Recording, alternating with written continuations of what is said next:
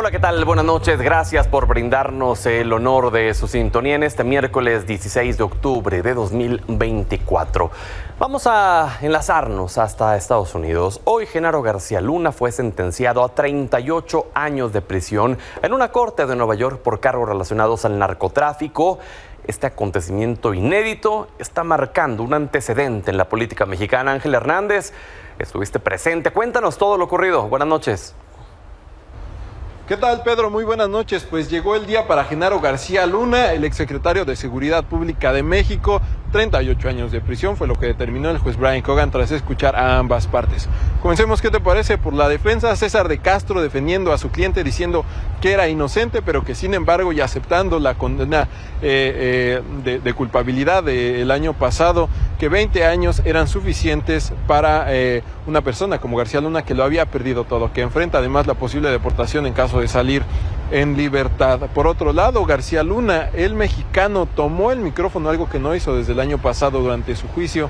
Se dirigió al juez Brian Cogan, negó cualquier vínculo con el crimen organizado, lo refrendó para su familia, negó ser la persona que señalaron los criminales, que también son colaboradores de la justicia estadounidense durante su juicio, y dijo que nunca ha sido un peligro para la sociedad. Sin embargo, Sarita Comatiredi, la fiscal que encabezó los alegatos en su contra para la sentencia, dijo que Genaro García Luna no era el Chapo Guzmán, sino que era peor porque permitió que este hombre creciera, que el ex líder del cártel de Sinaloa fuera quien fue. Además dijo que García Luna no solamente colaboró con el cártel de Sinaloa, que García Luna era el cártel, un trabajo importante. Dijo que él no había quizá jalado el gatillo, pero sus manos estaban llenas de sangre. García Luna presumió de hecho que dentro del Centro Metropolitano de Detención de Brooklyn pues había hecho trabajo comunitario, que daba clases, y por supuesto que pesó para el juez Brian Cogan, quien tras escuchar todo dijo: Genaro García Luna, usted, señor, es culpable, usted tuvo una doble vida, sin embargo también tuvo un impacto positivo en la prisión, así que, y cito, le doy una luz al final del túnel, y le dictó 460 meses de prisión. García Luna estuvo tranquilo la mayoría de la audiencia, estuvo nervioso cuando leyó esa carta que escribió al dirigirse al juez Brian Cogan, y por supuesto cuando el juez lo encaró y le dijo que era culpable y comenzó a leer la sentencia. Estuvo acompañado por su esposa Linda Cristina Pereira y su hija Luna García. Al inicio les envió un beso y también el beso de despedida. Su abogado César de Castro solicitó que se recomendara que García Luna sea ingresado en un penal federal cerca de Washington, D.C. y el juez Brian Cogan aceptó hacerlo, así que vamos a estar muy al pendiente de la situación. Ya fuera de la corte, el abogado de Castro dijo que van a apelar en los próximos 14 días y por supuesto también vamos a estar muy al pendientes de ese procedimiento legal. Es por el momento la información. Pedro, un día muy movido aquí en Brooklyn, Nueva York, pero histórico. El exfuncionario mexicano de mayor rango juzgado en la historia de México y de Estados Unidos. Te envío un saludo desde Brooklyn, Nueva York. Gracias, Ángel. Sin duda un antes y un después en la política mexicana. Buenas noches. Muy buenas noches. A esta sentencia de García Luna ya reaccionó el expresidente Felipe Calderón. A través de X, aseguró que nunca tuvo evidencia verificable que involucrara al exsecretario de Seguridad con actividades ilícitas. Tampoco tuvo conocimiento de las pruebas y testimonios que se presentaron en el juicio, que la lucha por la seguridad de los mexicanos no era responsabilidad de una sola persona, sino de todo un equipo de gobierno. Y agregó que aunque han pasado 12 años desde que culminó su sexenio, la sociedad hará un balance de lo que él y los gobiernos posteriores han hecho sobre el combate al crimen.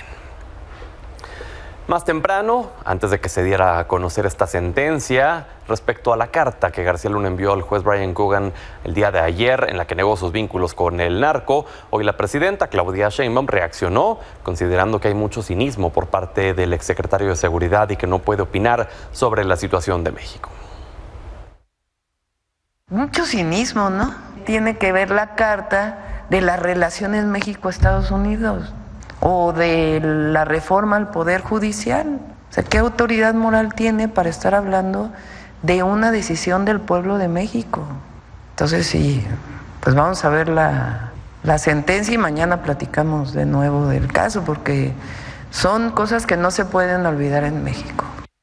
La presidenta también hizo referencia a la postulación de Rosario Piedra Ibarra por un segundo mandato al frente de la Comisión Nacional de Derechos Humanos. Destacó que Piedra Ibarra representa un símbolo de la lucha de las madres de desaparecidos por razones políticas al ser hija de doña Rosario Ibarra de Piedra. Sin embargo, subrayó que la designación de la presidencia en la CNDH solo le corresponde al Senado de la República. Justamente en la Cámara Alta, Morena se pronunció a favor de que Rosario Piedra continúe su mandato al frente de la CNDH. El presidente del Senado, Gerardo Fernández Noroña, aseguró que está en su derecho de buscar la reelección y cuenta con los méritos para este propósito. Sin embargo, la oposición se mantuvo en contra, como el senador del PAN, Ricardo Anaya, quien calificó la decisión como inaceptable. Dijo que la obligación moral del Senado es encontrar un perfil mejor. Ella tiene, por supuesto, la condición de que su tarea al frente en este periodo que pasó, pues permite una evaluación objetiva de su desempeño. Yo creo que será una de las aspirantes fuertes, sin duda. Puesto que nosotros vamos a estar en contra, convencidos de que tenemos la obligación moral de encontrar un mejor perfil. Y según la lista preliminar, alrededor de 66 personas se han registrado para presidir la CNDH, aunque solo 34 han cumplido con los requisitos de forma completa. Entre los postulantes destacan la actual presidenta Rosario Piedra Ibarra, Nacheli Ramírez, titular de la Comisión de Derechos Humanos de la Ciudad de México, Tania Ramírez, directora ejecutiva de la Red por los Derechos de la Infancia en México, Redim, Marco Antonio Tinoco, presidente de la Comisión Estatal de Derechos Humanos en Michoacán, y el abogado Jesús González.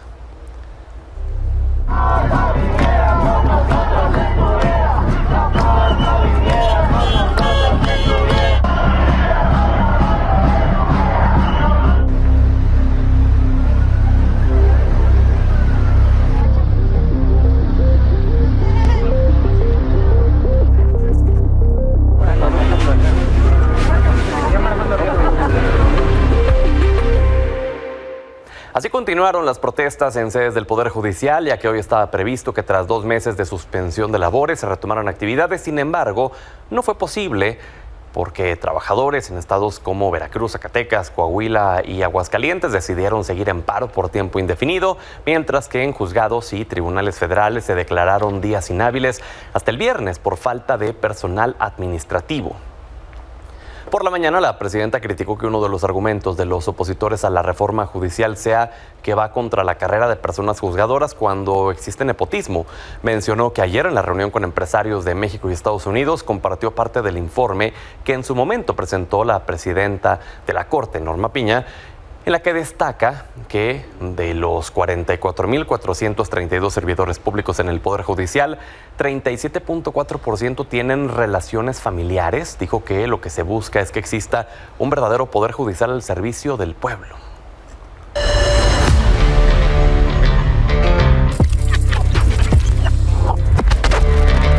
Justo hablemos sobre esta elección judicial. Le agradezco a Sofía Otero, creadora de contenido de análisis político, Natalia Torres, abogada, y Memeyamel, periodista. Bienvenidas. Gracias. Gracias. Muchas gracias. A ver, antes de ir de lleno al tema de la elección judicial, cito a Ricardo Anaya en el Senado hoy, no podemos ignorar al elefante dentro de la sala, el tema de Genaro García Luna. Su opinión como jóvenes sobre esto, por favor. Sofía. Una cuestión muy personal, pero crecimos en una guerra contra el narco, ver narcomantas en la escuela, balaceras, violencia total en diferentes partes del país, y saber que todo el tiempo hubo una persona, digo, ya lo sabíamos desde que se declaró que era culpable, pero saber que esa persona en realidad estaba pactando con el narcotráfico, pues siento que sí va a ser algo extremadamente fuerte. Más allá de eso, creo que es algo que tenemos que celebrar. Finalmente, pues ya le dan una sentencia, algo, un poquito, unos gramos de justicia, pero tenemos que recordar que esto pasó en Estados Unidos y eso es como la parte triste. Pasó en Estados Unidos porque nuestro sistema de justicia está tan podrido que no lo pudieron enjuiciar aquí. Y está tan podrido que siguen sin enjuiciar a Calderón. Calderón, que lo tenía ahí como secretario de Seguridad, que a mi criterio tiene que ser cómplice, que como mínimo le debe serias respuestas a todo México y que cínicamente, porque creo que no se puede decir de otra manera, está en redes justificándose activo cuando debería estar tratando de esconderse debajo de una piedra. Y también lamentable que se haya justificado en el sexenio pasado del expresidente López Obrador que no se le enjuició porque pues no hubo la participación en la consulta para enjuiciar a los expresidentes, cuando la justicia no debería estar condicionada a una consulta. Si se tienen pruebas, se le tiene que enjuiciar sí a García Luna en su momento y a Calderón y a todos los expresidentes coludidos con el narco. Natalia, ¿qué opinas? Fíjate que en este momento en el que se emitió la sentencia, el juez Brian Cogan dijo, y cito, usted tiene la misma matonería que el Chapo, solo que la manifestó de manera distinta. Y coincido por completo. Me parece que es una victoria parcial, una victoria porque finalmente tiene lo que le corresponde, que es la cárcel, porque efectivamente tenía muertes en sus manos, definitivamente él era parte del cártel, él era parte de todo lo que está mal en este país, pero como bien lo dice Sof, me parece que hay que hacer un ejercicio de conciencia porque esto no se logró en México. ¿Por qué todas las personas que deberían estar en la cárcel, porque así fueron señaladas desde la expresidencia, por qué no están? Creo que es algo que tenemos que repasar, pero me da mucho gusto que esté en la cárcel y me da mucho gusto que ahí se quede. Meme. Coincido profundamente, pero sobre todo coincido en que eso es lo que se tuvo que haber hecho en México. Lamentablemente no podemos creer que solo con García Luna se acabó una red, porque también hay redes que se extienden al Poder Judicial, al Poder Político, entre las fiscalías, antes ministerios públicos o las procuradurías. Toda la red de Genaro García Luna era una red que tocaba prácticamente cada una de las partes de nuestro sistema de gobierno. Entonces, sí, creo que aquí en México se tiene que continuar y se tiene que depurar sobre todo esas redes que quedaron aquí, que no están en juicio, que no están en Estados Unidos, y celebro profundamente, pero esa condena no es una condena solo a García Luna, es una condena que se extiende a la administración de Felipe Calderón, porque no hay manera que él no supiera, no hay manera que Felipe Calderón pueda seguir argumentando que su estrategia de seguridad era sólida cuando su estrategia, lejos de ser una guerra contra el narco, fue una estrategia para restablecer el orden dentro del crimen organizado, apoyando en particular al cártel de Sinaloa. ¿Tendría que venir alguna especie de aprendizaje luego de esto en no centralizar todo el poder en un solo funcionario, no convertir a alguien del partido que sea, de la administración que sea, en un personaje todopoderoso como lo fue en su momento García Luna? Sí, coincido, no debería centralizarse, que es algo extraño porque lo vemos trasladándose ahora en el sexenio actual a la figura de García Harfuch, ¿no? Como la persona que está poniéndose en los hombros todo este peso, y creo que no debería centralizarse, pero a la vez creo que es un aprendizaje para que, si no se va a hacer justicia en México, que los próximos secretarios de seguridad, que García Harfuch y los que haya por venir sepan que pueden ser enjuiciados y manchados por Estados Unidos y no va a ser por México. Entonces, mínimo que tengan eso como parámetro al actuar, ¿no? Natalia. Creo que más que aprendizaje, que sí, es una posibilidad de restaurar o de ver áreas de oportunidad. El sistema de justicia en México está podrido, no sirve, no funciona. Simplemente decretar en una mañanera que alguien es culpable, que tenga sustento, que se vea en un proceso judicial, que se vea en una atención precisamente a las causas de una fiscalía, que tengan consecuencias estas personas que cometen esto, independientemente si están en el poder o no, si tienen apoyo político o no. Eso me parecería lo más importante, que restablezcamos este sistema y esta percepción de justicia que hay en México, que hoy no existe. Meme. Por supuesto que es un aprendizaje, pero más que aprendizaje es una lección. Cuando hablamos de seguridad, hablamos de todos tienen que intervenir. Policías municipales, policías estatales, policía federal, en este caso ya es la Guardia Nacional. Hoy yo no veo una centralización en la figura de Omar García Harfuch por la responsabilidad que tiene la Guardia Nacional. Sí tiene una responsabilidad gigante porque tienen que trabajar en una organización. Tanto los gobiernos locales, los gobiernos estatales y el gobierno federal. No puede irse uno con una estrategia, los otros dos con otra, y el gobierno municipal ser inexistente, porque los que operan la seguridad son los propios criminales. Entonces, es algo que nos compete a todos, pero sobre todo a todos los órdenes de gobierno. Entonces, desde ahí empieza el aprendizaje. Algo que en lo que han coincidido las tres es que el sistema de justicia en México está podrido y que no sirve, y que entonces se tuvo que hacer justicia en Estados Unidos porque el de México nada más no. Esta elección del Poder Judicial, esta reforma judicial, ¿lo resuelve, Meme? Parcialmente. No lo resuelve totalmente porque falta una reforma profunda en la impartición de justicia, que no es lo que se hizo con esta ley judicial. Lo que se hizo fue hacer una modificación en la manera en la que llegan los que van a estar como jueces, ministros y magistrados y cómo son los mecanismos de control. Actualmente el Consejo de la Judicatura tampoco sirve como un mecanismo interno de control para el Poder Judicial. Eso es lo que hace esta reforma. Entonces, parcialmente le entra al tema, pero no lo resuelve. Falta una reforma profunda a las fiscalías y ministerios públicos. Es urgente. Es más, personalmente creo que se tuvo que empezar por una reforma a los ministerios públicos, a las fiscalías, incluyendo y empezando por la Fiscalía General de la República. Pero vamos más allá. Tiene que haber una reforma profunda a la ley de amparo. Tiene que haber una reforma profunda a la prisión preventiva de oficio. ¿Cómo la vamos a manejar? ¿Bajo qué organismos? ¿Bajo qué decisiones? Sí se tiene que entrar de lleno al tema judicial, pero no solamente bajo la perspectiva de cómo vamos a elegir jueces, ministros y magistrados. Esa solo es una parte y es quizás la parte que está encimita, es la cúspide. Falta todo lo de abajo, pero también creo que si no empezábamos por aquí, jamás íbamos a terminar lo de abajo.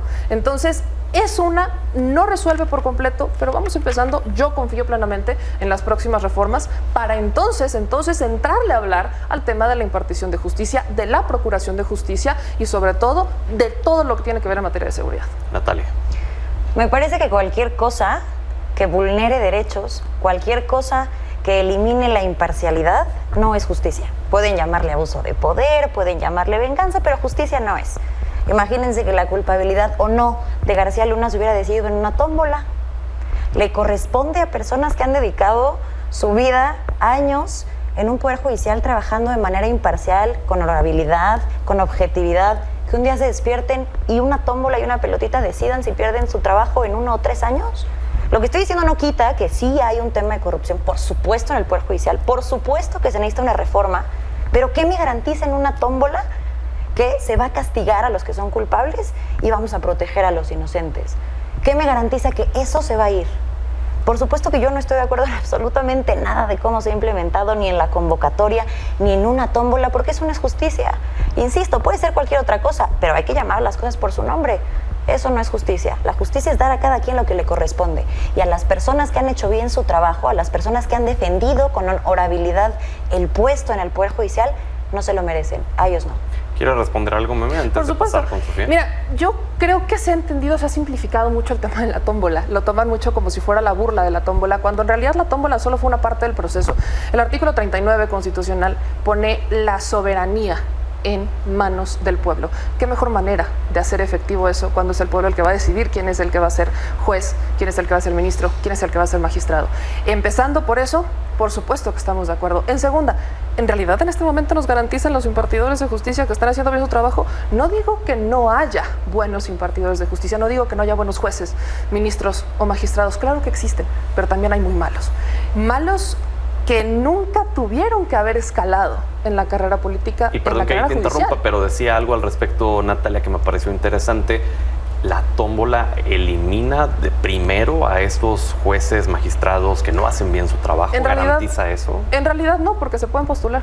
Ellos mismos, los que salieron en esta tómbola, que es lo único que decide esta tómbola es si se van a elección en el 2025 o si se van a una elección 27. En el 27. Es lo único que decidió la tómbola. Desafortunadamente se pueden postular, pueden estar. Pero ¿por qué desafortunados si han hecho un buen trabajo? Porque podrían ser súper preparados, pero no los más populares. Pero en realidad estamos hablando de muchos cargos. Si no juntan los votos no van a regresar. Y su derecho de antigüedad de las personas que sí hicieron las cosas bien, ¿a dónde se va? Perfectamente, si han hecho bien su trabajo, lo pueden demostrar y la gente puede votar por ellos. ¿Y su antigüedad?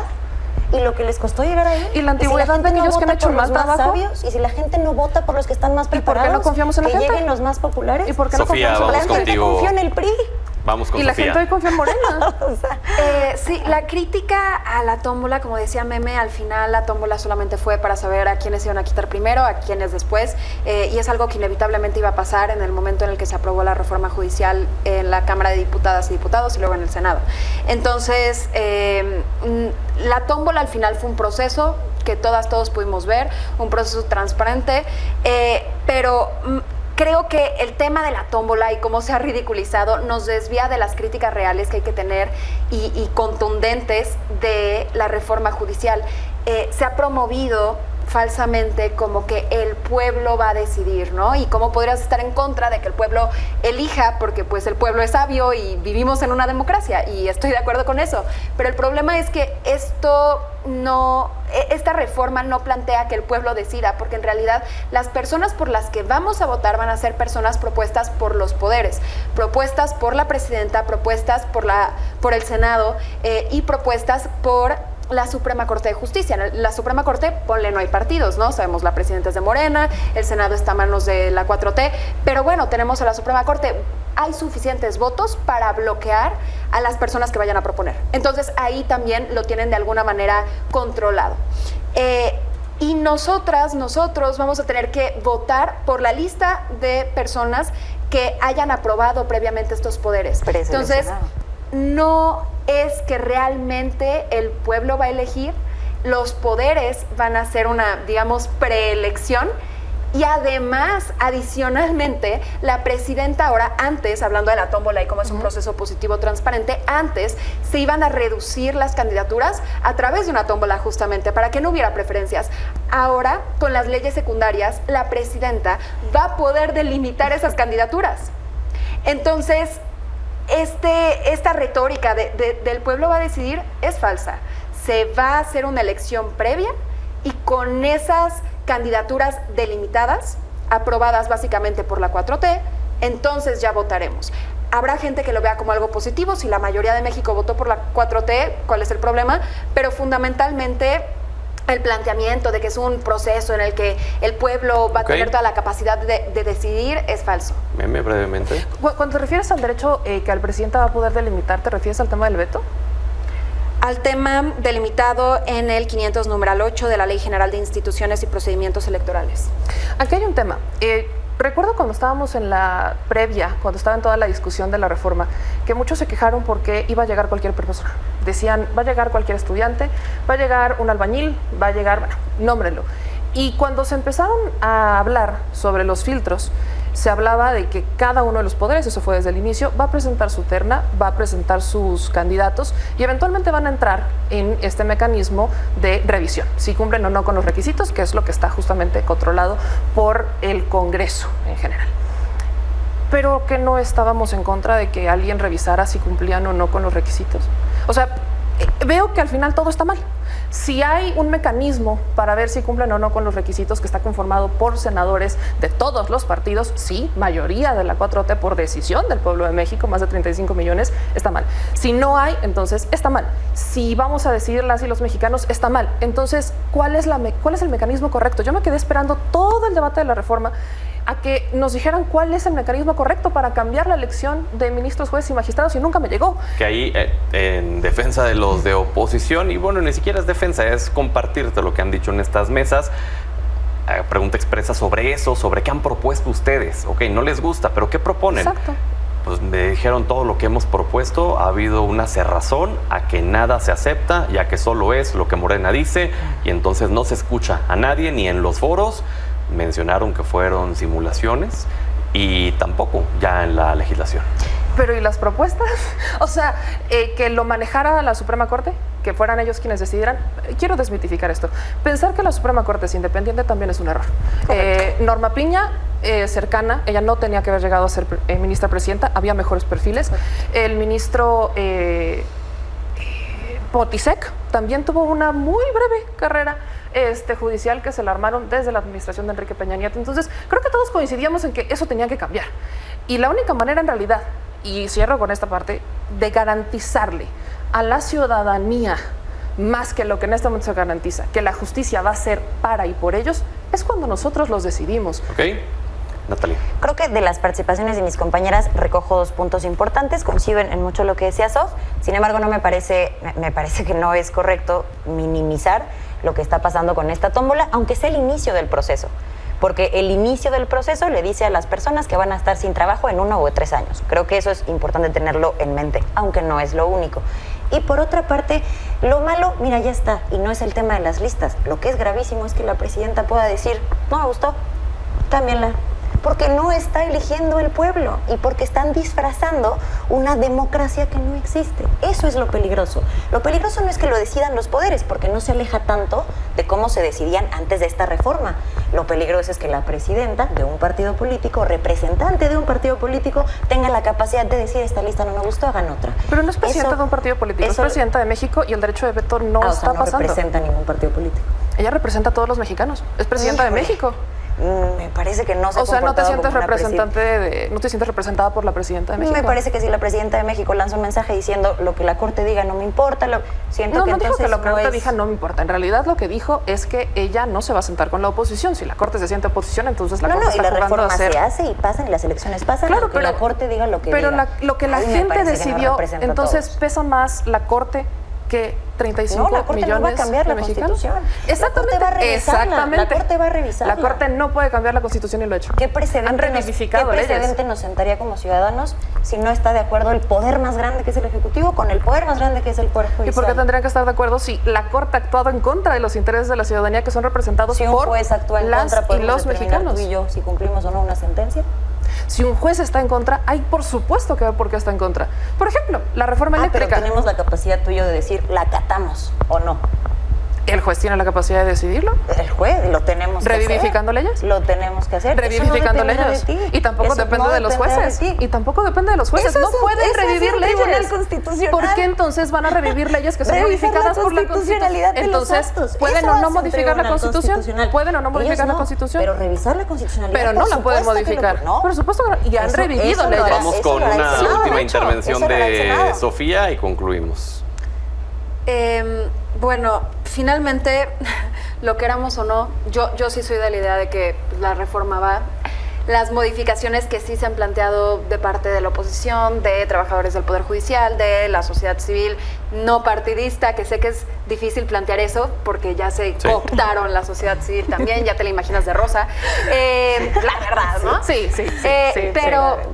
Pero esas alternativas no importan. No importan, la reforma va a ir tal cual la quiera finalmente la 4T. Yo sí sostengo que es un experimento, yo sí sostengo que va a ser profundamente abrumador para las personas tratar de definir nuestro voto con tantas candidaturas que vamos a tener que elegir. Y pues vamos a ver qué sucede. Pues gracias a las tres por haber estado con nosotros esta noche. Muchas gracias. Nos vemos la siguiente semana, vamos a la pausa, regresamos. Estamos de vuelta, analicemos el panorama de la Comisión Nacional Bancaria y de Valores durante el sexenio de la presidenta Claudia Sheinbaum. Tengo el gusto de saludar a Jesús de la Fuente Rodríguez, presidente de la Comisión Nacional Bancaria y de Valores. Doctor, gracias por su valioso tiempo. Buenas noches. Mi estimado Pedro, es un gusto estar en tu programa y especialmente con tu audiencia también. A tus órdenes, mi querido Pedro. Gracias, don Jesús. ¿Cuáles son los principales retos que ve para la CNBV durante este sexenio de la presidenta Claudia Sheinbaum? Fíjate que estamos cumpliendo 100 años de que se constituyó la comisión y hemos implementado de manera importante asegurar que el sector se maneje con estabilidad, con solidez. ¿Y qué ha implicado esto? Que implementemos medidas efectivas para prevenir sobre todo los riesgos financieros, los fraudes, la adopción de tecnologías digitales. Todo esto buscamos que fomentar un desarrollo que se dé en el sector financiero. Y un aspecto muy importante que nos obliga por ley es proteger los intereses de los usuarios. Seguramente me vas a preguntar, mi querido Pedro, ¿qué estamos haciendo para que gestionemos de manera efectiva dichos riesgos? Sí. Y te quiero plantear una respuesta que para nosotros, para mí, fue muy importante desde que llegué.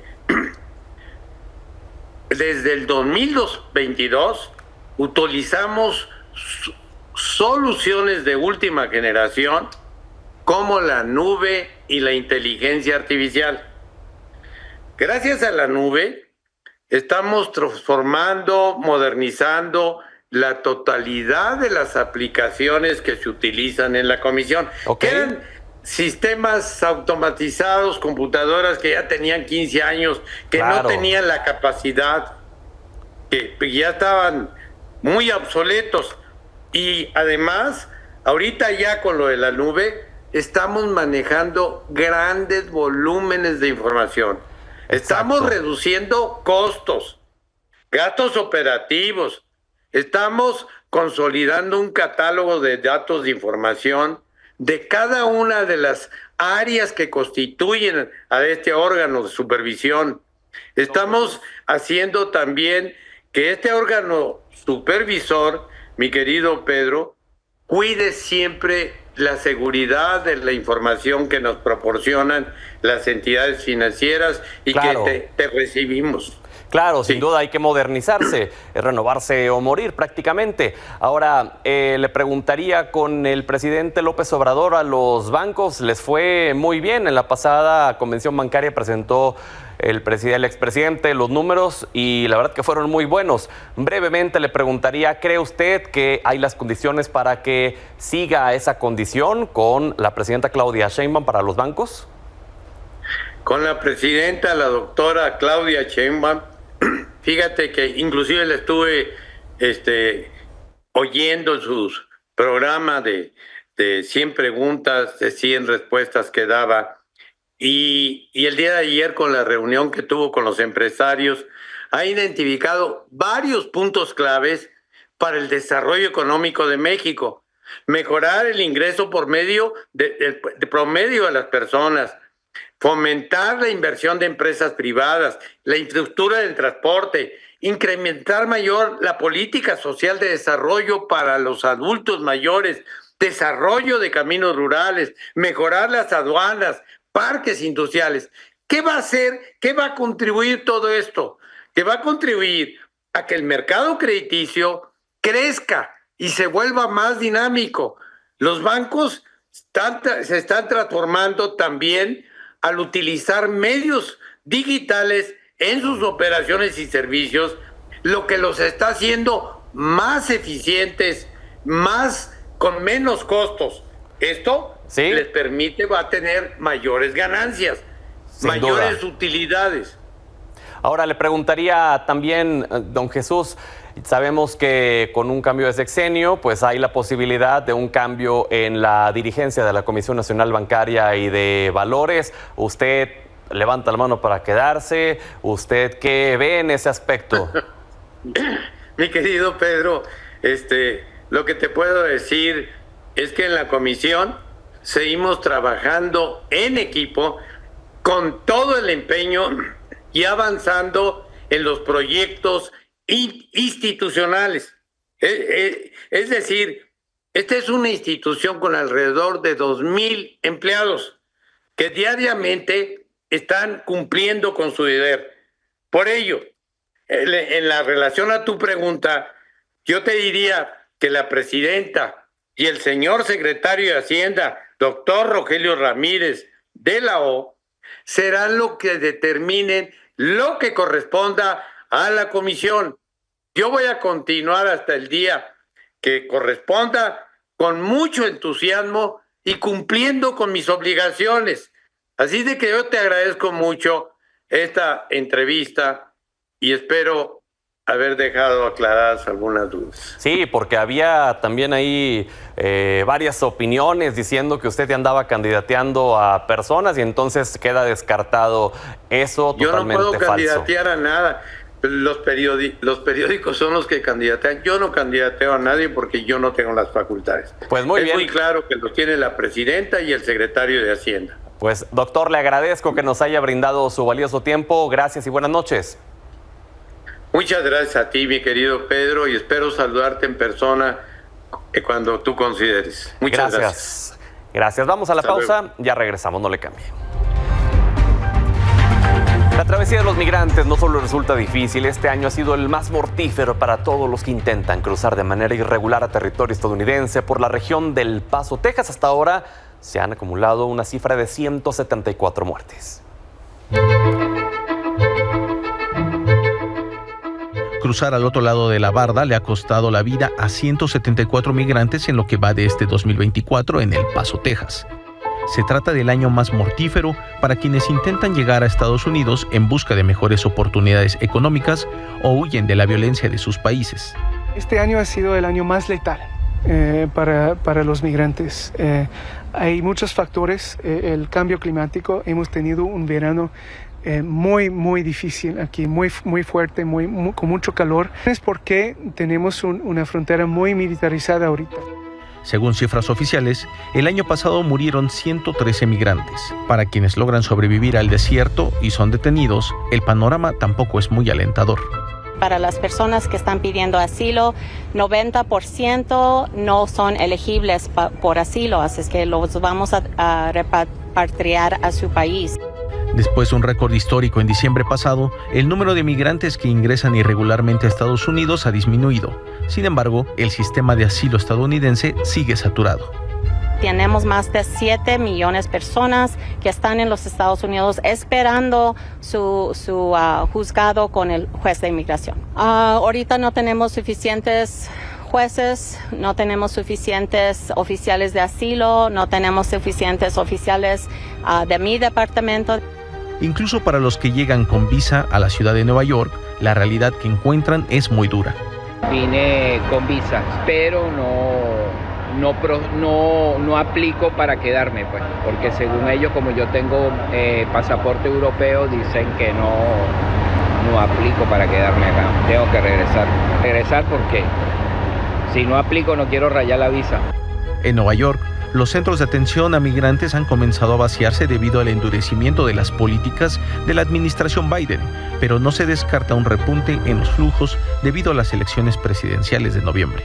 So yeah, we've seen that, we've lived through it, we've prepared for it, and that's exactly what we're preparing for right now, because we do have this, we have been monitoring, we're trying to pay close attention to see if there's any more activity on the south side of the border. But it's just to see if we believe there is going to be a spike right before. Desde Texas, con imágenes de Oscar Aro, para Milenio Noticias, César Martínez.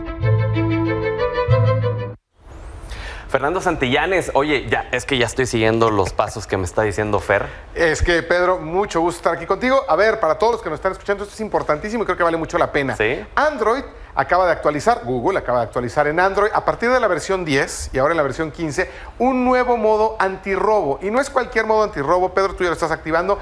Va a detectar si te arrebatan el teléfono, si salen corriendo con él, como estamos viendo en pantalla algunos de los casos. En el momento que te quiten el teléfono de manera violenta, con todos los sensores que tienen los teléfonos, va a detectar que tienes un teléfono que ha sido robado y lo bloqueará de manera inmediata. Es una nueva función, creo que va a ser muy útil, porque más allá de cuando te lo roban, luego tienes que meterte, bloquearlo, aquí va a ser automático. En velocidad, en el momento que sienta que lo arrebatan, lo va a bloquear por completo. Y la segunda, de repente no nos acordamos de nuestra contraseña de nuestro usuario para bloquearlo en línea. Ahora con una nueva función, con que solamente pongas el número de teléfono, mi número es 55324689, ¿sí? Va a bloquear el teléfono si fue robado. Así que es una gran manera de evitar robos. Lamentablemente en ciudades como la nuestra, que pues todos los días se roban miles de teléfonos, Pedro. Exacto. A ver, lo tienes. A ver si se ve, a ver si no el charolazo, pero aquí viene protección antirrobo y aquí le pones protección por detección de robo cuando te lo arrebatan, el bloqueo.